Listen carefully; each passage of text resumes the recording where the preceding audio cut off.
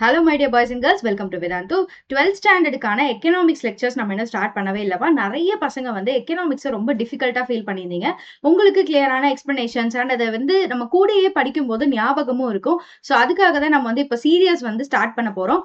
எக்கனாமிக்ஸ்லயுமே book back எல்லாமே நம்ம வந்து ஒன்னொன்னா படிக்க போறோம்ப்பா. நோ வரிஸ், எல்லாமே இனிமே வந்து நம்ம கையிலேயே இருக்கு. நம்மளால ஈஸியா எல்லாத்தையும் ஞாபகமும் வச்சுக்க முடியும். அண்ட் இது வரைக்கும் நீங்க இந்த சேனலை சப்ஸ்கிரைப் பண்ணாம பார்த்துட்டு இருக்கீங்க அப்படின்னா கண்டிப்பா சப்ஸ்கிரைப் பண்ணிக்கோங்க. அண்ட் ஆஃப்டர் தட் நம்ம வந்து புதுசா டெலிகிராம் சேனல் அப்படின்னு சொல்லிட்டு ஒன்று லான்ச் பண்ணியிருக்கோம். அதையும் நான் வந்து முன்னாடியே சொல்லியிருப்பேன். இந்த சேனலோட லிங்க் வந்து கண்டிப்பா உங்களுக்கு டிஸ்கிரிப்ஷன்ல இருக்கும். அதுலயும் வந்து ஜாயின் பண்ணிக்கோங்க. எதுக்காக அப்படின்னா உடனே ஒரு லெக்சர்ஸ் வந்து வரப்போகுது அப்படிங்கிற இன்டிமேஷன் நம்மளுக்கு இருக்கும். அண்ட் பிடிஎஃப்ஸ் உங்களுக்கு ஆட்டோமேட்டிக்கலி கிடைச்சிடும். எக்ஸாம் டைம்ல வந்து நம்மளுக்கு நிறைய ஸ்டடி பிளான்ஸ் எல்லா அப்டேட்ஸுமே உங்களுக்கு வந்து டெலிகிராம்ல கிடைச்சிடும். ஸோ அதனால யூஸ் பண்ணிக்கோங்க. And we are moving to chapter 1 of 12th standard economics. இதுல வந்து part B, part C, part D அப்படிங்கிறது இருக்கு. நான் முடிஞ்ச வரைக்கும் இன்னைக்கு part B மட்டும் கவர் பண்ணலாம் அப்படின்னு யோசிச்சு வச்சிருக்கேன். சரியா? ஸோ இந்த part B மட்டும் நம்ம ஒரு video and C and D மட்டும் ஒரு வீடியோ அப்படிங்கறத தனித்தனியா இருக்கும்போது யாருக்கெல்லாம் part C வேணுமோ அவங்க போய் அந்த வீடியோவை செக் பண்ணா போதும். யாருக்கெல்லாம் part B வேணுமோ அவங்க இந்த வீடியோவை செக் பண்ணிட்டாலே கரெக்டா இருக்கும். ஓகேங்களா? சரி, ட்ரை பண்ணலாமா? அண்ட் ஆஸ் ஐ செட், நம்ம 11th ஸ்டாண்டர்ட்லயே வந்து மைக்ரோ எக்கனாமிக்ஸை பத்தி நிறைய படிச்சிருப்போம். பட் மேக்ரோ எக்கனாமிக்ஸை கம்ப்ளீட்டா படிக்கிறது தான் 12th ஸ்டாண்டர்ட். மேக்ரோ எக்கனாமிக்ஸ் அப்படிங்கிறது வந்து ரொம்ப ஈஸியான விஷயம் தான்.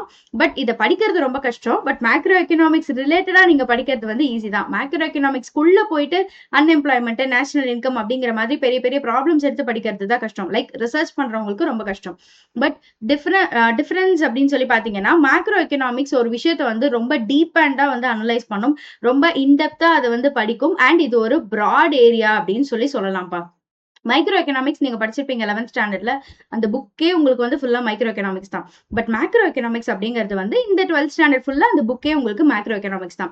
இதுல என்ன டீல் பண்றாங்க அப்படின்னு சொல்லி பாத்தீங்கன்னா நேஷனல் லெவல்ல இருக்கிற ஒரு பெரிய ப்ராப்ளம், இல்ல வந்து ஒரு பெரிய ஒரு சொல்யூஷன் வேணும் அப்படின்னு நினைக்கிற ஒரு விஷயம், இதை எடுத்து அதை ரிசர்ச் பண்ணி அதை வந்து அப்படியே அக்கு வேற ஆணி வேற பிரிச்சு அதுல இருந்து ஒரு சொல்யூஷனை கண்டுபிடிக்கிறது தான் மேக்ரோ எக்கனாமிக்ஸ் அப்படின்னு சொல்றோம். இது வந்து எக்கானமியா ஆஸ் அ ஹோலா படிக்கிறது. பட் மைக்ரோ எக்கனாமிக்ஸ் வந்து ஒரு சின்ன ஆஸ்பெக்டா, ஒரு இண்டிவிஜுவல் ஆஸ்பெக்ட்ல இல்ல வந்து ஒரு ஃபர்மோட ஆஸ்பெக்ட்ல படிக்கிறது வந்து மைக்ரோ எக்கனாமிக்ஸ்.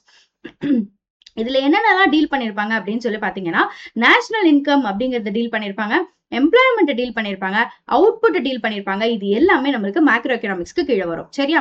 அண்ட் இது இன்னொரு பேர் வச்சு என்ன கூப்பிடுறாங்கன்னா இன்கம் தியரி அப்படின்னு இதுக்கு இன்னொரு பேரும் வச்சிருக்காங்க. ஜஸ்ட் 3 பாயிண்ட் தான். 2 மார்க்ஸ்க்கு இந்த 3 பாயிண்ட் எழுதுறது வந்து மோர் தேன் இனஃப். இன்கேஸ் உங்களுக்கு இது 3 மார்க் கொஸ்டினே இதே கேட்டிருக்காங்க அப்படின்னா நீங்க இதுல ஏதாவது ஒரு நீங்க படிச்சிருப்பீங்க இல்லையா, செகண்ட் சாப்டர் தான் நம்மளுக்கு நேஷனல் இன்கம், தேர்ட் சாப்டர் தான் வந்து எம்ப்ளாய்மெண்ட் தியரி, அதெல்லாம் இருக்கு இல்லையா, அதுல இருந்து உங்களுக்கு தெரிஞ்ச ஏதோ ஒரு சின்ன ஒரு விஷயத்த வந்து எக்ஸ்பிளைன் பண்ணீங்கனாலே 3 மார்க்குக்கு இது போதுமானதா இருக்கும். அண்ட் மூவிங் ஃபார்வர்ட், இன்ஃபிளேஷன் அப்படிங்கிற வார்த்தையை நீங்க கேள்விப்பட்டிருப்பீங்களா அப்படின்னு எனக்கு தெரியாது. பட் இது ஒரு குட்டி எக்ஸாம்பிளோட சொல்லணும் அப்படின்னா இன்னைக்கு 2026ல இருக்கோம் நம்ம. பட் பிஃபோர் தட் ஒரு 2022 2021 அப்படின்ற டைம்ல தான் இங்க கிராசரி எடுத்துக்கோங்களேன். சிம்பிளா கிராசரி எடுத்துக்கோங்க. எய்தர் என்ன வேணா எடுத்துக்கலாம்ப்பா.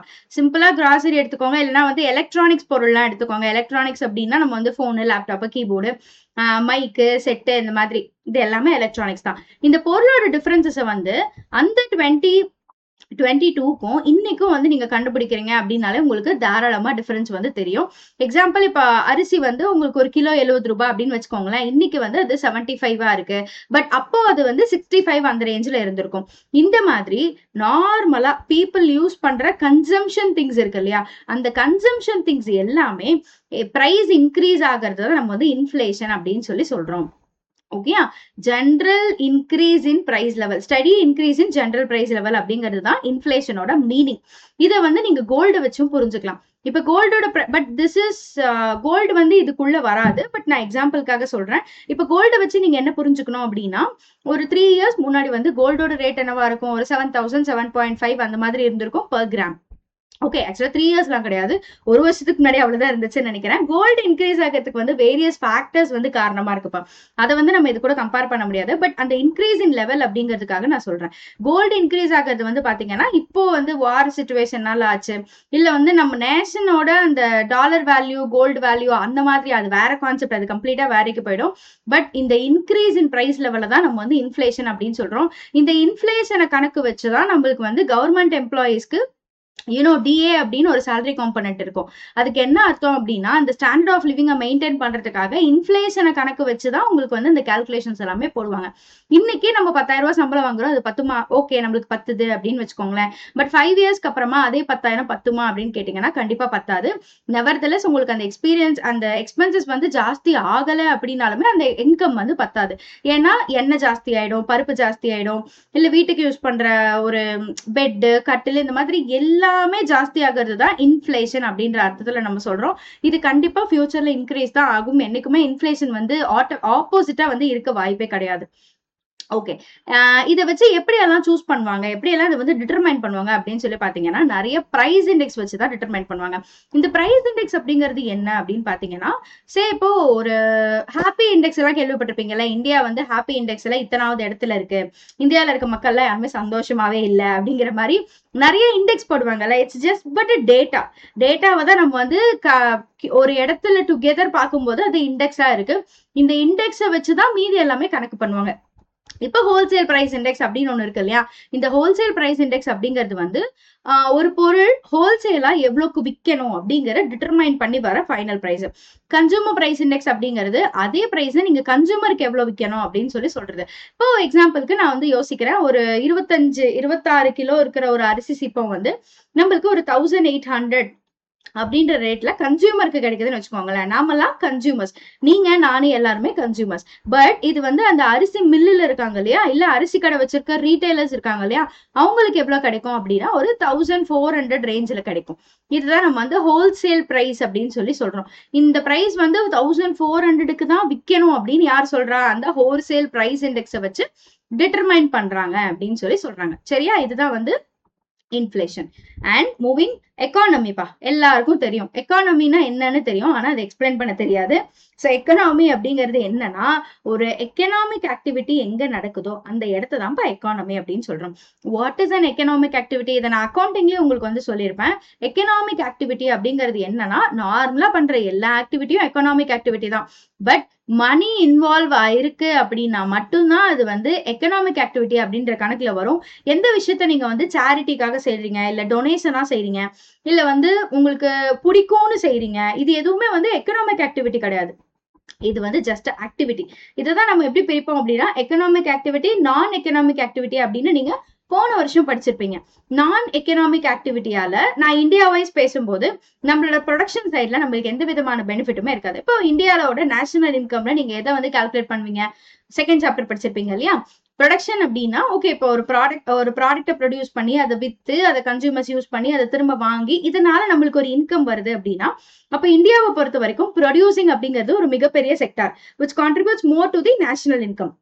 ஆனா அதே மாதிரி எடுத்துக்கிட்டீங்க அப்படின்னா, இந்த சர்வீஸ் செக்டார் வந்து அவ்வளவு பண்ணுதா அப்படின்னு கேட்டீங்கன்னா, அதனால எக்கனாமிக் ஆக்டிவிட்டி இருந்தா நடக்கும், இல்லைன்னா அது வந்து நடக்காது. சரியா? இதுதான் டிஃபரன்சஸ் பிட்வீன் எக்கனாமிக் அண்ட் நான் எக்கனாமிக் ஆக்டிவிட்டி. இங்க வந்து ஃபண்டமெண்டலா நம்மளுக்கு இருக்கிற விஷயம் ரெண்டு தான். ஒன்னு ப்ரொடக்ஷன், இன்னொன்னு கன்சம்ஷன். ப்ரொடக்ஷன் பண்றவங்க யாரு? அவங்க பேர் தான் நம்ம வந்து ப்ரொடியூசர்ஸ் அப்படின்னு சொல்றோம். இன் அதர் வேர்ட்ஸ், இவங்க தான் நிறைய இடத்துல ஓனர்ஸா இருப்பாங்க, இல்ல சோல் ப்ரொப்ரேட்டர்ஸா இருப்பாங்க, இல்ல வந்து பிசினஸ் பீப்புளா இருப்பாங்க. இதுதான் வந்து ப்ரொடக்ஷன். இங்கே கன்சம்ஷன் அப்படின்னு சொல்றாங்க இல்லையா, இது வந்து யாரு அப்படின்னு சொல்லி பாத்தீங்கன்னா நாம தான்ப்பா. சரியா? கன்சம்ஷன் அப்படிங்கிறது நம்மள மாதிரி நார்மல் பீப்புள் யாரு வந்து ஒரு பொருளை கன்சியூம் பண்றதுக்காக வாங்குறாங்களோ அவங்க தான் கன்சியூமர்ஸ் அப்படின்னு சொல்லி சொல்றோம்.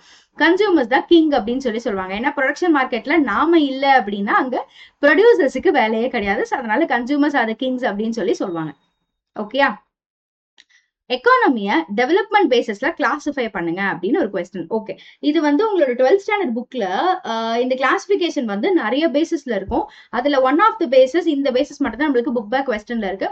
பட் அந்த நிறைய பேசிஸ்ல இருக்கு இல்லையா, அந்த ஆறையும் கொஞ்சம் பார்த்துக்கோங்க. இன் எனி கேஸ் நம்மளுக்கு வந்து கம்பல்சரி கொஸ்டின்ஸ்ல அதை கேட்கறதுக்கு சான்சஸ் இருக்கு. ஸோ ஸ்டேட்டஸ் ஆஃப் டெவலப்மெண்ட் வச்சு பாத்தீங்க அப்படின்னா ஈஸி கொஸ்டின். டெவலப்டு ஒரு ஸ்டேஜ், அண்டர் டெவலப்டு ஒரு ஸ்டேஜ், அன்டெவலப்டு ஒரு ஸ்டேஜ், டெவலப்பிங் அப்படிங்கிறது ஒரு ஸ்டேஜ். சரியா? மொத்தம் 4 தான். Developed, under developed, undeveloped and developing அப்படிங்கிறது 4 தான். இந்த 4வது வார்த்தை மட்டும்தான் ஐஎன்ஜில இருக்கும். மீதி எல்லாமே இடி இடி இடி அப்படின்னு இருக்கும். இதுல 2 வார்த்தைக்கு முன்னாடி அண்டர் இருக்கும், அதுல பாதி இருக்கும், அன் இருக்கும். ஓகே, ஈஸியா ஞாபகம் வச்சுக்கலாம். அண்ட் கேபிட்டலிசம் அப்படின்னா என்ன அப்படின்னு இந்த சாப்டர் ரொம்ப இன்ட்ரெஸ்டிங்கா இருக்கும். இந்த கேபிட்டலிசம், சோசியலிசம், மிக்சடிசம் இதெல்லாம் படிக்கிறதுக்கு வந்து பயங்கர இன்ட்ரெஸ்டிங்கா இருக்கும். ஸோ வாட் இஸ் கேபிட்டலிசம் அப்படின்னு சொல்லி பாத்தீங்கன்னா, ஒரு total freedom and private ownership இதெல்லாம் வந்து இருக்கிறது தான் கேபிட்டலிசம் அப்படின்னு சொல்றோம். ஒரு குட்டி எக்ஸாம்பிள் அப்படின்னு சொல்லி பார்த்தோம்னா, கேபிட்டலிசம்க்கு ஒரு எக்ஸாம்பிள் பார்க்கும்போது ஹிட்லர் இருக்காரு இல்லையா, நம்ம அடால்ஃப் ஹிட்லர். எல்லாரும் வந்து இந்த ஃப்ரீடம் ஸ்ட்ரகிள்ஸ் எல்லாம் படிச்சுட்டு தானே வந்திருக்கீங்க. அடால்ஃப் ஹிட்லர் எப்படி இருப்பாரு, அவர் வைக்கிறது தான் சட்டம், அவர் சொல்றது தான் அங்க நடக்கணும், அவர் எதிர்த்து யாராவது பேசினா அவர் கொன்றுவாரு அப்படின்னு இருக்கும் இல்லையா. அதுதான் வந்து ஆக்சுவலா கேபிட்டலிசம். பட் அது பிசினஸ் டேர்ம்ஸ்ல நீங்க படிக்கும்போது அது எப்படி இருக்கும்னா, அப்போ கேபிட்டலிசம் அப்படின்னு சொல்லி டீல் பண்றவங்க ஆக்சுவலா வந்து அவங்க தான் பிசினஸ் ரிலேட்டடா பார்க்கும்போது ஒரு மோனோபொலியா இருப்பாங்க. அவங்க ப்ரொடியூஸ் பண்ற ப்ராடக்ட்ஸ் தான் வந்து ஹோல் மார்க்கெட்ஸ்ல கிடைக்கும். அவங்களுக்கு காம்படிட்டர்னு ஒருத்தர் யாருமே இது வரைக்கும் வந்திருக்க மாட்டாங்க. சரியா? அண்ட் டோட்டல் ஃப்ரீடம் இருக்கும் அப்படின்னு சொல்லி சொல்றாங்க. ஆனா என்ன அர்த்தம்? கவர்மெண்டோட இன்டர்வென்ஷன் இருக்காது. ஒரு ப்ரொடக்ஷன் கம்பெனில ஒரு ப்ராடக்ட் நடக்குது அப்படின்னா அங்க வந்து கவர்மெண்ட் இன்டர்ஃபியர் பண்ண மாட்டாங்க. நீ இதை ப்ரொடியூஸ் பண்ணக்கூடாது, இதுக்கு இத்தனை % வந்து ஜிஎஸ்டி போடணும், இத்தனை % டாக்ஸ் கட்டணும், இதை இம்போர்ட் பண்ணக்கூடாது, அந்த மாதிரி எந்த ரூல்ஸும் கவர்மெண்ட் போட மாட்டாங்க. அதுதான் வந்து கேபிட்டலிசமோட ஒரு பெரிய benefit. And private ownership of means of production. ஒரு ப்ரொடக்ஷன் நடக்குது அப்படின்னா அந்த ஓனர்ஷிப் யார்கிட்ட இருக்கும் அப்படின்னு பாத்தீங்கன்னா, கம்ப்ளீட்டா வந்து பிரைவேட் பீப்புள் கிட்ட இருக்கும். அவங்க ஒரு இண்டிவிஜுவலா தான் மேக்சிமம் இருப்பாங்க, இல்ல ஒரு ஃபேமிலி ஒரு 4-5 பேர் அவ்வளவுதான் இருப்பாங்க. மற்றபடி இந்த ப்ரொடக்ஷன் வந்து ஆல் ஓவர் இந்தியாக்கே சொந்தம், இல்ல இந்தியன் கவர்மெண்ட்டுக்கு சொந்தம் அந்த மாதிரி கிடையாது. மீன்ஸ் ஆஃப் ப்ரொடக்ஷன் வந்து ஒரு ஓனரை தான் வந்து சார்ந்திருக்கும் அப்படின்னு சொல்றாங்க. கேபிட்டலிஸ்ட் எக்கானமிக்கு இன்னொரு பேர் வந்து ஃப்ரீ எக்கானமி. நம்ம தான் சொன்னோம்ல டோட்டல் ஃப்ரீடம் அப்படின்னு சொல்லிட்டு, அதுக்கு பேரு ஃப்ரீ எக்கானமி. இன்னொரு பேர் வந்து லேசி ஃபேர் பாலிசி அப்படின்னு சொல்லி சொல்லுவாங்கப்பா. அது வந்து வேற லாங்குவேஜ், லாட்டின் லாங்குவேஜ்.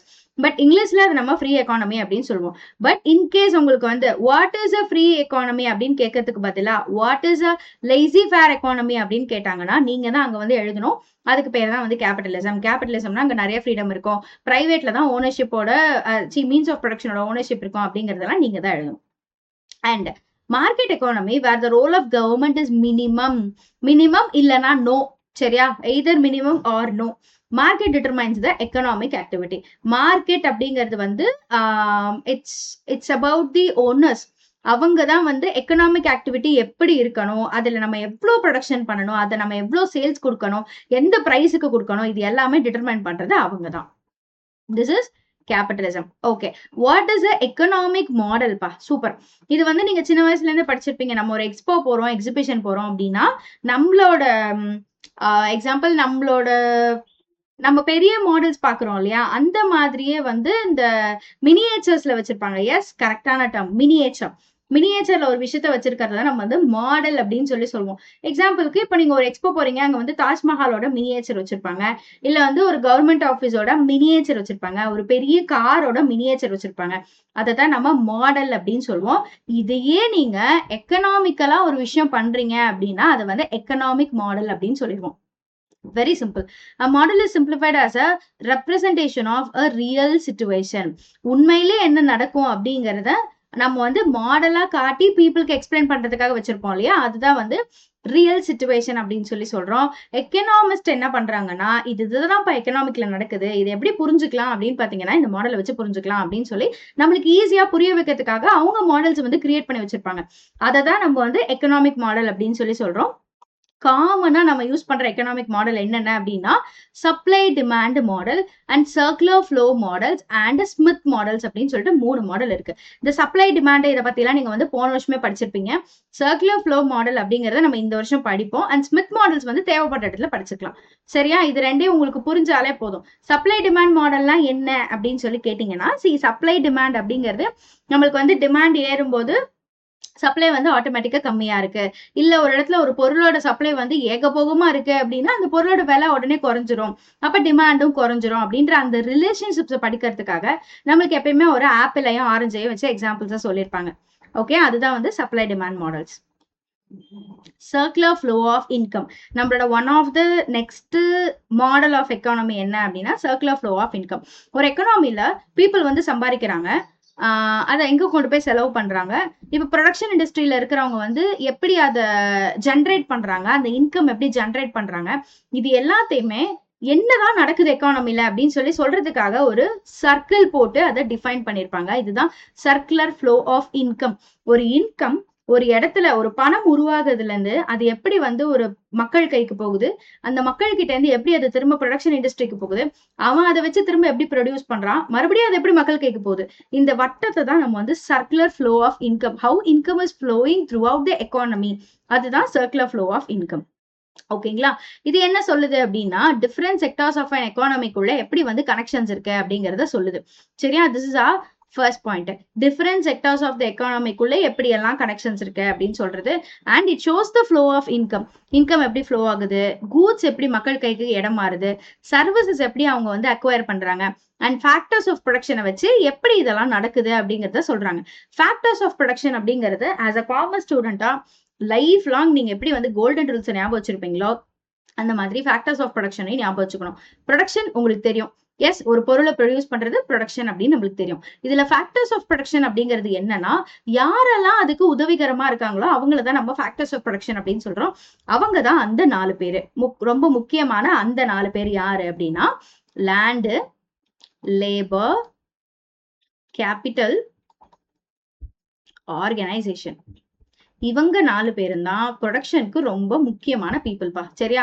யார் இவங்க 4 பேரு? நம்ம இவங்கள ஒருத்தர் இல்ல அப்படின்னாலும் அந்த ப்ரொடக்ஷன் வந்து கண்டிப்பா கரெக்டா நடக்காது. இப்ப லேண்ட் அப்படின்னு சொல்லி பார்க்கும்போது ஒரு இடம் இருந்தாதான் உங்களால ஒரு ப்ரொடக்ஷன் யூனிட்டை வந்து டிட்டர்மைன் பண்ண முடியும். லேபர் இல்லாம மெஷின் இருக்கு, காசு இருக்கு, லேண்ட் இருக்கு, ஆபீஸ் இருக்கு, பட் லேபர் இல்லைன்னா வேலையே ஓடாது. கேபிட்டல் அப்படிங்கிறது உங்ககிட்ட மீதி 3 இருக்கு, பட் கேபிட்டல் இல்ல அப்படின்னா உங்களால அடிக்குவேட்டான பொருளை வாங்கி வைக்க முடியாது. ஆர்கனைசேஷன் அப்படிங்கிறது வந்து இட் டிட்டர்மைன்ஸ் த ஆஃபீஸ். ஆர்கனைசேஷன்ற ஒரு விஷயம் இல்ல அப்படின்னா உங்களுக்கு எதை ப்ரொடியூஸ் பண்ணணும், அதை எங்க கொண்டு போய் சேர்க்கணும் அப்படிங்கிறது தெரியாது. சோ இவங்க 4 பேரும் ப்ரொடக்ஷனுக்கு தேவையான ஃபேக்டர்ஸ். லைஃப் லாங் இவங்களை ஞாபகம் வச்சுக்கோங்க. ஃபேக்டர்ஸ் ஆஃப் ப்ரொடக்ஷன் அப்படின்னு கேட்டாலே மேபி டேர்ம்ஸ் மாறுமா இருக்கும், but land, labour, capital, organisation அப்படிங்கறத ஞாபகம் வச்சுக்கோங்க. ஸோ இவங்களுக்கு நடுவுல வந்து எப்படி எக்கனாமிக் ஏஜென்ட்ஸ் வந்து ஒர்க் பண்றாங்கன்றத படிக்கிறது தான் circular flow of income. Example, firm, house hold, government and nations. இந்த 4 சேர்ந்து தான் நம்ம வந்துட்டு அந்த 4 செக்டார் எக்கானமில படிப்போம். பட் 2 செக்டார் எக்கானமில only firms and household, அதுக்கு நடுவுல 3வதுல கவர்மெண்ட் சேரும், 4வதுல நேஷன்ஸோ export and import outer world வந்து சேர்ந்துரும். And the circular flow analysis the basis of national accounts and macroeconomics. வேலை இல்லாம இந்த circular flow வந்து நம்ம கிரியேட் பண்ணல. ஆக்சுவலா இந்த circular flow வச்சு நீங்க என்னெல்லாம் தெரிஞ்சுக்கலாம் அப்படின்னா, நேஷனல் இன்கம் எப்படி கிரியேட் ஆகுது, நேஷனல் அக்கௌண்ட்ஸ் எப்படி கிரியேட் ஆகுது, மேக்ரோ எக்கனாமிக்ஸ்க்கு இந்த ஆஸ்பெக்ட்ஸ் எல்லாம் எப்படி யூஸ்ஃபுல்லா இருக்கு அப்படிங்கறத நம்ம வந்து தெரிஞ்சுக்கலாம் அப்படின்னு சொல்றாங்க. சரியா? இது வரைக்கும் நம்ம பார்த்தது வந்து பார்ட் பி, எக்கானமில கம்ப்ளீட் பார்ட் பி வந்து பார்த்து முடிச்சிருக்கோம். ஓகே, அடுத்தது பார்ட் சி போறோம். பார்ட் சில வந்து importance of macro economics. Macro எக்கனாமில என்னென்னலாம் வந்து எதுக்காக நம்ம அதை படிக்கணும், மேக்ரோ எக்கனாமி படிக்கிறோம், பட் எதுக்காக அதை படிக்கணும், அப்படி என்ன அதுல இருக்கு அப்படின்னு சொல்லி பாத்தீங்கன்னா, எதுக்காக அப்படின்னு பாருங்க. Functioning of the economy at the aggregate level to evolve suitable strategies and to solve the basic problem. நீங்க ஒரு விஷயத்த படிக்கிறீங்க அப்படின்னாலே அங்க ஏதோ பிரச்சனை இருக்குன்னு அர்த்தம். அந்த பிரச்சனையை சால்வ் பண்ணதான் நீங்க படிக்கிறீங்க. அப்போ பேசிக் ப்ராப்ளம்ஸ் ஆஃப் எக்கானமி என்னப்பா இருக்கும்? சாப்பாடு எல்லாருக்கும் போய் சேரல, படிப்பு எல்லாருக்கும் போய் சேரல, நிறைய பேருக்கு வேலை கிடைக்கல. இதுதான் வந்து ஒரு எக்கானமியோட பேசிக் பிரச்சனையா இருக்கும் எப்பயுமே. ஓகே, இந்தியா வந்து இவ்வளவு பெரிய ஒரு டெவலப்பிங், ஆக்சுவலா இந்தியா ஒரு டெவலப்பிங் கண்ட்ரி தான், பட் நான் சின்ன வயசுல இருந்ததை விட இப்போ வந்து நல்லா டெவலப் ஆயிருக்கு. இந்தியாவோட இந்த டெவலப்மெண்ட் இவ்வளோ இருந்தாலுமே பட் ஸ்டில் அங்க வந்து பாவர்ட்டின்ற ஒரு விஷயம் இருக்கு. ஸ்டில் வந்து பீப்புள் வேலை கிடைக்காம கஷ்டப்படுறாங்க. நிறைய பேருக்கு வந்து ரெகுலர் லைஃப் லீட் பண்றதுக்கே பணம் இல்லாம இருக்கு. இதுல பிலோ பாவர்ட்டி, அப்பர் பாவர்ட்டி, இந்த மாதிரிலாம் நிறைய கேட்டகரிஸ் இருக்கு. அப்போ இந்தியா டெவலப் ஆனாலுமே அந்த பேசிக் ப்ராப்ளம்ஸ் அப்படிங்கிறது இருக்கதானே செய்யுது. அப்ப அந்த ப்ராப்ளம சால்வ் பண்றதுக்காக ஒரு சொல்யூஷன் வேணும் அப்படின்னா அதை பத்தி நம்ம தெரிஞ்சுக்கிறது தான் மேக்ரோ எக்கனாமிக்ஸ். அதை நீங்க படிக்கிறது தான் மேக்ரோ எக்கனாமிக்ஸ். ஓகே, எதுக்காக இதெல்லாம் நம்ம பண்ணணும்? ஏன்னா நம்ம நேஷன் நல்லா இருக்கணும், அதுக்காக தான். And understanding the future problems. Okay, இப்போ வந்து ஆல்ரெடி இருக்கிற ப்ராப்ளம் நீங்க ஏதோ வந்து அட்ரஸ் பண்ணி முடிச்சிட்டீங்க, பட் ஃபியூச்சர்ல ப்ராப்ளம்ஸ் வந்துச்சுன்னா, ஒருவேளை இப்ப இருக்கிற மாதிரி திரும்ப ஒரு கிரைசிஸ் வருது அப்படின்னா அதை எப்படி நம்ம சால்வ் பண்ணணும், அந்த கிரைசிஸ்க்கு எப்படி நம்ம அந்த டைம்ல டக்குன்னு ப்ரிப்பேர்டா இருக்கணும் அப்படிங்கறத தெரிஞ்சுக்கிறதும் ரொம்ப முக்கியம். Needs and challenges of an economy as a whole is important to evolve the precautionary measures. அப்போ இருக்கிற ப்ராப்ளம்க்கு ஃபர்ஸ்ட் சொல்யூஷன் கண்டுபிடிக்கணும், எக்கானமி எப்படி வந்து ஃபங்க்ஷன் ஆகுது அப்படிங்கிற அண்டர்ஸ்டாண்டிங் இருக்கணும், அதெல்லாம் சரி. செகண்ட் பாயிண்ட் வந்து ஃபியூச்சர்ல ஏதாவது பிரச்சனை வருமா, அப்படி ஏதாவது பிரச்சனை வந்துச்சுன்னா அதுக்கு ப்ரிகாஷனரி மெஷர்ஸ் எடுக்கிறதுக்காக எனக்கு என்னென்ன நீட்ஸ் அண்ட் சேலஞ்சஸ் இருக்கும் அப்படிங்கறத நம்ம படிக்கிறதும் தான் எக்கானமி. ஓகே, இங்க நான் வந்து எனக்கு உனக்கு அப்படின்னு பேசுற எல்லாமே இந்தியாவை வச்சுதான் பேசுறேன். சரியா? நம்மள வச்சு பேசல, இந்தியாவை வச்சு பேசுறேன். அண்ட் மேக்ரோ எக்கனாமிக்ஸ்ல அதே மாதிரி ஒரு எக்கானமியை புரிஞ்சுக்கிறதுக்கான சயின்டிபிக்கான எவிடன்ஸ் நம்மளுக்கு நிறைய கிடைக்கும் அப்படின்னு சொல்றாங்க. Okay, ample opportunities to use the scientific investigation to understand the reality. இப்போ அந்த டூ செக்டார் எக்கானமி அப்படின்னு நம்ம பேசணும் இல்லையா, ஃபர்ம்ஸ் அண்ட் ஹவுஸ் ஹோல்டுக்குள்ள இருக்கிற ரிலேஷன்ஷிப் அந்த டிராயிங்க பாத்தீங்கன்னாலே உங்களுக்கு புரியும். ஃபர்ம்ல இருந்து ப்ரொடக்ஷன் நடக்குது. ஓகே, ஃபர்ம்ல இருந்து ஒரு சைடு ப்ரொடக்ஷன் நடக்குது, இங்க பீப்புள் இருக்காங்க. பீப்புள் வந்து காசு கொடுத்து பொருளை வாங்கிக்கிறாங்க. அந்த காசு அவங்களுக்கு எங்க இருந்து வருது அப்படின்னா, அந்த ஃபர்ம்ல அந்த ஃபேக்டரி இருக்கு இல்லையா, அங்க ஒர்க் பண்றது மூலியமா கிடைக்கிற சம்பளம், அந்த சம்பளத்தை வச்சு அங்க என்ன ப்ரொடியூஸ் ஆகுதோ அதுவே வாங்குறாங்க. சோ இட்ஸ் சர்க்கிள் இல்லையா? இதை புரிஞ்சுக்கிறதுக்கு ஒரு சயின்டிபிக் இன்வெஸ்டிகேஷனா நம்மளுக்கு என்ன இருந்திருக்குன்னா, இந்த டூ செக்டார் எக்கானமியோட அந்த டயக்ராம் மாடல் தான் இருந்திருக்கு. சோ இதுதான் வந்து மேக்ரோ எக்கனாமிக்ஸ் நம்மளுக்கு ஈஸியா ஒரு ஆப்பர்ச்சுனிட்டி ப்ரொவைட் பண்ணுது அப்படின்னு சொல்றாங்க. And it helps to make the meaningful comparison and analysis of economic indicators அப்படின்னு சொல்லியிருக்காங்க. ஸோ ஒரு எக்கானமில வந்து இந்த எக்கனாமிக் இண்டிகேட்டர்ஸ் அப்படின்னு சிலது இருக்கும். அதாவது நம்ம எக்கானமி நல்லா ஃபங்க்ஷன் பண்ணுது அப்படின்னா அதுக்கு என்னென்ன இண்டிகேட்டர்ஸ் இருக்கும். ஒரு நாட்டோட ஜிடிபி இருக்கும், ஜிஎன்பி இருக்கும், என்என்பி இருக்கும், இந்த மாதிரி நிறைய விஷயங்கள் இருக்கு. அப்ப இதை நீங்க வந்து கம்பேர் பண்ணிக்கலாம். ஓகே, போன வருஷம் ஜிடிபி வந்து இத்தனை மில்லியனா இருந்துச்சு, இத்தனை வருஷம் அது இந்த வருஷம் அது வந்து இன்க்ரீஸ் ஆயிருக்கு. அப்ப ஏன் இன்க்ரீஸ் ஆயிருக்கு, எந்தெந்த செக்டார்ஸ் எல்லாம் க்ரோயிங்ல இருக்கு, அப்ப அடுத்த வருஷத்துக்கு நான் என்ன பிளான் பண்ணணும், இந்த மாதிரி கரெக்டான தேவையான கம்பாரிசன்ஸ் அண்ட் அனாலிசிஸ் வந்து எக்கனாமிக் இண்டிகேட்டர்ஸ் வச்சு நம்ம யூஸ் பண்ணிக்க முடியும். இதுக்கும் மேக்ரோ எக்கனாமிக்ஸ் ரொம்ப யூஸ்ஃபுல்லா இருக்கு. And better prediction about the future பண்றதுக்காக இன்னும் ரொம்ப ரொம்ப யூஸ்ஃபுல்லா இருக்கு. And formulate suitable policies to avoid the economic crisis. திடீர்னு ஒரு கிரைசிஸ் வருது அப்படின்னா கரெக்டான ஒரு பாலிசியை ஃப்ரேம் பண்றதுக்காகவும் இந்த மேக்ரோ எக்கனாமிக்ஸ் வந்து நம்மளுக்கு யூஸ்ஃபுல்லா இருக்கு. ப்ரிடிக்ஷனை நீங்க வந்து ஃபியூச்சரை நீங்க ப்ரிடிக்ட் பண்றீங்க அப்படின்னாலே ஆட்டோமேட்டிக்கா ஃபியூச்சர்ல வர பிரச்சனையும் நம்ம வந்து ப்ரிடிக்ட் பண்ணுவோம். அப்ப அந்த பிரச்சனைக்கு எப்படி சொல்யூஷன் கண்டுபிடிக்கணுங்கிறதையும் நம்ம ப்ரிடிக்ட் பண்ணி வச்சிருப்போம். இது எல்லாத்துக்குமே நம்மளுக்கு ஹெல்ப்ஃபுல்லா இருக்கிறது மேக்ரோ எக்கனாமிக்ஸ் தான் அப்படின்னு சொல்லி சொல்றாங்க. ஸோ 5 பாயிண்ட் இருக்கு, மறக்காம அந்த 5 பாயிண்ட்டையும் படிச்சுக்கோங்க. நிறைய தேவைப்படுது அப்படின்னா ஒரு பாயிண்ட் 2 கூட நம்ம பிரிச்சு எழுதிக்கலாம். பட் ஒரு 5 மார்க் அப்படின்னா ஆக்சுவலா 5 பாயிண்ட் போதும். கரெக்டா எழுதிருந்தீங்கன்னா 5 பாயிண்ட் போதும். சரியா? But I would suggest always ஒரு 5 மார்க் அப்படின்னா 6 பாயிண்ட்ஸ் படிச்சு வச்சுக்கோங்க அப்படின்னு நான் எப்பயுமே சஜஸ்ட் பண்ணுவேன். Different types of economic systems பா. என்னென்னலாம் different types of economic systems அப்படின்னா எனக்கு ரொம்ப பிடிச்ச அந்த 3: capitalist economy, socialist economy and mixed economy. சரியா? இப்போ கேபிட்டலிஸ்ட் அப்படின்னா நம்ம அங்க படிச்சதுதான், அதை அப்படியே இங்க எடுத்துட்டு வந்துட்டு போட்டுட்டேன். ஸோ தட் நம்மளுக்கு அது கொஞ்சம் ஈஸியா இருக்கும் அப்படிங்கிறதுக்காக. கேபிட்டலிஸ்ட் எக்கானமினா டோட்டல் ஃப்ரீடம் இருக்கும். இப்பதான் நம்ம படிச்சோம்ல, so I think I no need to explain it. Private ownership இருக்கும். இதை வந்து ஃப்ரீ எக்கானமி அப்படின்னு நம்ம சொல்லலாம். அண்ட் கவர்மெண்டோட ரோல் மினிமமா இருக்கும். மார்க்கெட் தான் வந்து எக்கனாமிக் ஆக்டிவிட்டியை வந்து டிட்டர்மைன் பண்ணும். இதுதான் வந்து கேபிட்டலிசம். இப்ப சோசியலிசம் அப்படின்னு சொல்லி பாத்தீங்கன்னா ஈஸி, அப்படியே ஆப்போசிட். சோசியலிசம்ல எல்லாமே வந்து அந்த பிரைவேட் கிட்ட இருக்காது, பப்ளிக் கிட்ட இருக்கும். பப்ளிக் ஓனர்ஷிப் அப்படின்னா நம்ம கிட்ட கிடையாது. பப்ளிக் அப்படிங்கிறது கவர்மெண்ட். பப்ளிக் ஓனர்ஷிப் அப்படி இந்த வார்த்தைக்கு என்ன அர்த்தம்? கவர்மெண்ட், பப்ளிக், ஸ்டேட், இது எல்லாமே கவர்மெண்ட் குறிக்கும். Okay, state controls on economic activity. என்ன எக்கனாமிக் ஆக்டிவிட்டி நடக்கணும் அப்படிங்கறத வந்து ஸ்டேட் கண்ட்ரோல் பண்ணும். தட் இஸ் கவர்மெண்ட் கண்ட்ரோல் பண்ணும். பப்ளிக் அதாவது கன்சியூமர்ஸ் இது பண்ண மாட்டாங்க, டிட்டர்மைன் பண்ண மாட்டாங்க. அண்ட் ஆல்சோ ஓனர்ஸ் வந்து டிட்டர்மைன் பண்ணவே மாட்டாங்க. அது அப்படியே ஆப்போசிட் கான்செப்ட் சோசியலிசம். சோசியலிசம் அப்படிங்கிறது வந்து மேஜர் இண்டஸ்ட்ரீஸ் எல்லாமே ஈஸியா புரிஞ்சுக்கணும்னா, மேஜர் இண்டஸ்ட்ரீஸ் எல்லாமே owned and controlled by a government. இங்க பிரைவேட்டா ஒருத்த மேல வந்து நிக்கிறதுக்கான வாய்ப்பே கிடையாது அப்படின்னு சொல்லலாம். அண்ட் இதுக்கு இன்னொரு பேர் வந்து பிளான்ட் எக்கானமி இல்லைன்னா கமாண்ட் எக்கானமி. ஏன் கமாண்ட் எக்கானமி? பிகாஸ் இங்க எல்லாமே கமெண்ட்ஸ் பாஸ் பண்ணி நடக்கிறதுனால, கவர்மெண்டோட கமாண்ட் அப்படிங்கிறது இங்க ரொம்ப பவர்ஃபுல்லா இருக்கிறதுனால கமாண்ட் எக்கானமி அப்படின்னு நம்ம சொல்லலாம். And moving easy, mixed. இப்ப ரெண்டையும் பார்த்தோம். இது இந்த எக்ஸ்ட்ரீம், இது இந்த எக்ஸ்ட்ரீம். அது ரெண்டையும் சேர்த்து வச்சா அதுதான் மிக்சட் எக்கானமி. எக்ஸாம்பிள், கொஞ்சம் கவர்மெண்ட்டும் இருக்கும், கொஞ்சம் பிரைவேட் ஓனர்ஷிப்பும் இருக்கும் அப்படின்னு சொல்லிட்டு. இதுக்கு ஒரு பெஸ்ட் எக்ஸாம்பிள் அப்படின்னு பார்த்தா நாம தான், வேற யாரு? இந்தியா. கவர்மெண்டோட இன்டர்வென்ஷன் இருக்கும். கவர்மெண்ட்டும் ஒரு சில இண்டஸ்ட்ரீஸ் ஓன் பண்ணிருக்கும். எக்ஸாம்பிள் ரயில்வே மாதிரி விஷயங்கள்ல கவர்மெண்ட் ஓன் பண்ணிருக்கும். ஒரு சில விஷயங்கள்லாம் கம்ப்ளீட்டா பப்ளிக்கோட கையில இருக்கும். ஐ மீன் சாரி, பிரைவேட்டோட கையில இருக்கும். என்னென்ன பிரைவேட் கையில இருக்கு? இப்போ பஸ், டிரான்ஸ்போர்ட், இதெல்லாமே வந்து நிறைய பிரைவேட்டோட கையிலயும் இருக்கு அப்படின்னு சொல்லி. மொத்தமா பிரைவேட் கையில இல்ல, பட் மெஜாரிட்டி பிரைவேட் கையில தான் இருக்கு. கொஞ்சம் தான் வந்து கவர்மெண்ட் இருக்கு. பட் ரயில்வேஸ் பாத்தீங்கன்னா கம்ப்ளீட்டா கவர்மெண்ட் தான் இருக்கு. எந்த ஒரு இண்டிவிஜுவலும் நான் போய் ரயில் விடுறேன் அப்படின்னு சொல்லிட்டு பண்ண முடியாது. ஏன்னா அதுதான் வந்து ஓனர்ஷிப் ஆஃப் கவர்மெண்ட் அப்படிங்கிறது. இது ரெண்டுமே சேர்த்து ஒரு எக்கானமியை டெவலப் பண்ணணும் அப்படிங்கிறதுக்காக ஒர்க் பண்றது தான் மிக்சட் எக்கானமி அப்படின்னு நம்ம சொல்றோம். இங்க ரெண்டுமே கம்பினேஷன், காம்பினேஷன் தான். கேபிட்டலிசம் அண்ட் சோஷியலிசம் ரெண்டு ஆட் பண்ணா அது வந்து mixedism. It tends to eliminate the evils of both capitalism and socialism. ஆக்சுவலா பிரைவேட் ஓனர்ஷிப்பும் நிறைய இருந்துச்சு அப்படின்னா அங்க வந்து அவங்களோட டாமினன்ஸ் ஜாஸ்தியா இருக்கும். அவங்க என்ன நினைக்கிறாங்களோ அதை தான் பண்ணுவாங்க. அந்த மாதிரியும் இருக்கக்கூடாது. கவர்மெண்டோட ஓனர்ஷிப் நிறைய ஃபுல்லா இருந்தது அப்படின்னா கவர்மெண்ட் என்ன சொல்றாங்களோ அதை தான் மக்கள் கேட்க வேண்டிய நிலைமைக்கு தள்ளப்படுவாங்க. அண்ட் இப்ப கவர்மெண்ட் ப்ரொடியூஸ் பண்ற ஒரு விஷயம் மக்களுக்கு தேவையே இல்லை அப்படின்னாலும் அதை வந்து நம்ம வாங்கிதான் ஆகணுங்கிற நிலைமை வந்துடும். அப்ப இந்த ரெண்டுலயுமே இருக்கிற டிஸ்அட்வான்டேஜஸை குறைக்கிறதுக்காக தான் மிக்சட் எக்கானமின்னு ஒரு விஷயம் வந்து ஸ்டார்ட் பண்ணாங்க. It tends to eliminate the evils அப்படின்னு சொல்லியிருக்காங்க இல்லையா? பட் ப்ராக்டிக்கலா இது வந்து நடக்கிறது கிடையாது. இப்போ இந்தியாவே எடுத்துக்கிட்டீங்கன்னா உங்களுக்கு தெரியும் யாரு டாமினண்டா இருக்கா. நம்ம பேசுக்கு சொல்லும் போது கவர்மெண்ட்டும் பிரைவேட்டும் சேர்ந்து தான்ப்பா டாமினண்டா இருக்கு அப்படின்னு சொல்றோம். பட் ஆக்சுவலா அப்படி கிடையாது. உண்மையிலே இங்க நிறைய பிரைவேட் தான் வந்து டாமினண்டா இருக்கு. கவர்மெண்ட் டாமினண்டா பண்றதே வந்து பிரைவேட் தான். ஓகே, பட் இது வந்து தியரிட்டிக்கலா இப்படி ஒரு கான்செப்ட் இருக்கு. மிக்சட் எக்கானமி அப்படிங்கிறது தியரிட்டிக்கலா அப்படி ஒரு கான்செப்ட் இருக்கு.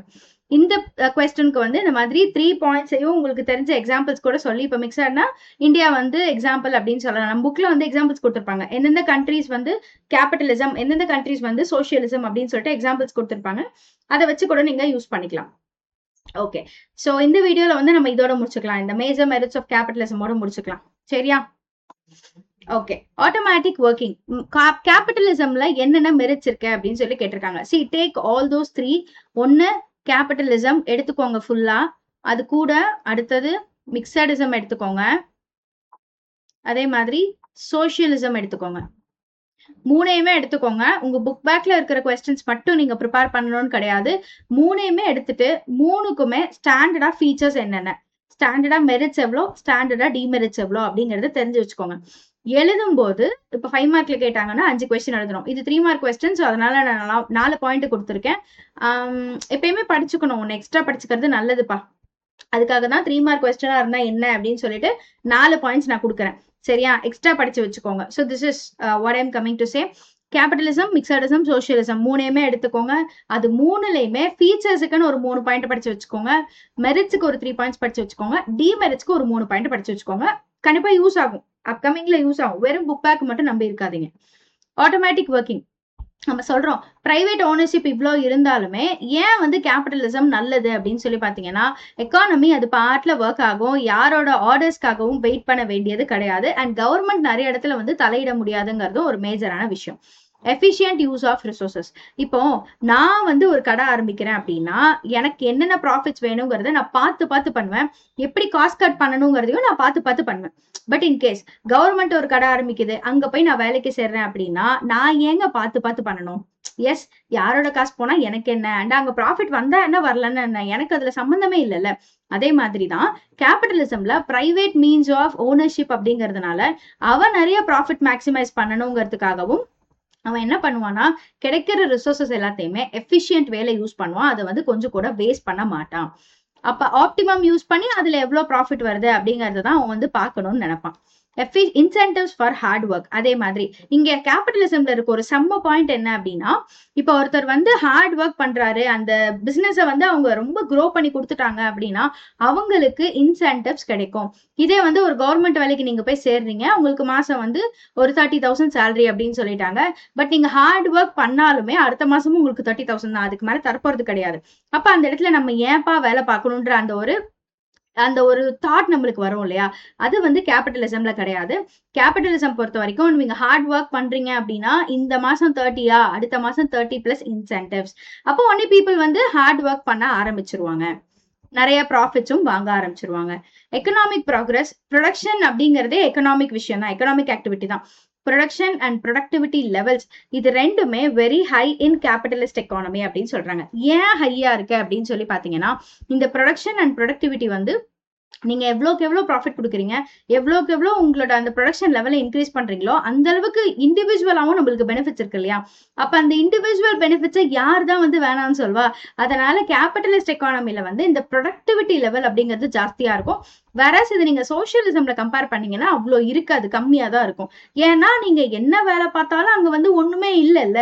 நம்மளுக்கு இன்சென்டிவ்ஸ் அப்படிங்கிறது ஒண்ணு கிடையாது, ஒரு என்கரேஜ்மெண்ட் கிடையாது, நான் மானிட்டரி பெனிஃபிட்ஸ் மானிட்டரி பெனிஃபிட்ஸ் எதுவுமே கிடையாது. அப்படிங்கிறதுனால சோசியலிசம் எக்கானமி, சோசியலிஸ்ட் எக்கானமில வந்துட்டு இந்த அளவுக்கு நம்மளுக்கு பெனிஃபிட்ஸ் இருக்காது. ஓகே, ஸோ கேபிட்டலிசமோட மேஜர் மெரிட்ஸ் அப்படின்னு ஆக்சுவலாக புக்ல 7 பாயிண்டா என்னவோ இருக்கும்னு நினைக்கிறேன். எனக்கு வந்து இந்த 4 பாயிண்ட் ஓகே அப்படின்னு பட்டது, அதனால நான் 4 பாயிண்ட் எடுத்துக்கிட்டேன். உங்களுக்கு எந்த 4 பாயிண்ட்ஸ் வேணுமோ அதை நீங்க கன்வீனியன்ட்டா வச்சிருக்கீங்களோ அதை நீங்க படிச்சாலே போதும். மெரிட்ஸ் ஆஃப் கேபிட்டலிசம்ல ஃபர்ஸ்ட் விஷயம், கவர்மெண்ட் இன்டர்வென்ஷன் கிடையாது. ஸோ ஆட்டோமேட்டிக்கா ஒர்க் ஆகும், எஃபிஷியன்டா ரிசோர்ஸை யூஸ் பண்ண முடியும், ஹார்ட் ஒர்க்கான இன்சென்டிவ்ஸ் கண்டிப்பா கிடைக்கும், அண்ட் எக்கனாமிக் ப்ராக்ரஸும் வந்து ஹை ப்ரொடக்டிவ் லெவல்ல இருக்கும் அப்படின்னு சொல்றாங்கப்பா. ஓகே, இதுதான் வந்து மெரிட்ஸ் ஆஃப் கேபிட்டலிசம்.